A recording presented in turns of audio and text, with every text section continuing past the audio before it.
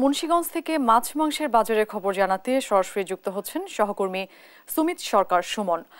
সুমিত, বাজার নিয়ন্ত্রণ কেন সম্ভব হচ্ছে না, কি মনে করছেন আপনি, কি দেখছেন সেখানে?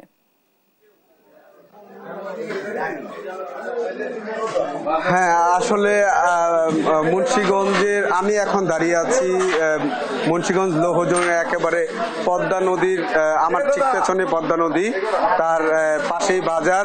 এখানে আসলে টানা কয়েকদিনের বৃষ্টির কারণে আসলে ক্রেতাদের আসলে তেমন ভিড় আমরা দেখছি না। তবে টানা বৃষ্টির কারণে এবং নদীতে অনেক অনেক তেমন মাছ আসলে জেলেরা আসলে পাচ্ছে না বলে আমাদেরকে সেটি জানিয়েছেন। এদিকে উত্তর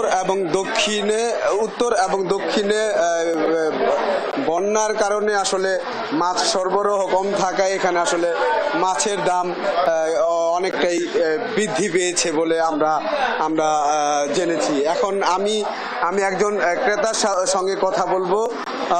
একটু আপনি জানাবেন আসলে মাছের দামটা কেন একটু বেশি, একটু জানাবেন। কেন বেশি? বৃষ্টি বাদল, তাছাড়া মাছ এখানে উৎপাদন কম হয়, ওই কারণে তবে এরা ক্রয় করতে পারে না, বিধায় ওই জন্য মাছের দামটা বেশি। আর আমাদের বাজারের যে ব্যাপারটা, উপরের অংশটা দেখেন বৃষ্টি বাদল এখানে পড়তেছে, এরা আছে খুব সমস্যার ভিতরে, বুঝছেন। এইদিকে একটু দৃষ্টি রাখা সরকারের উচিত, আমি মনে করি। ধন্যবাদ।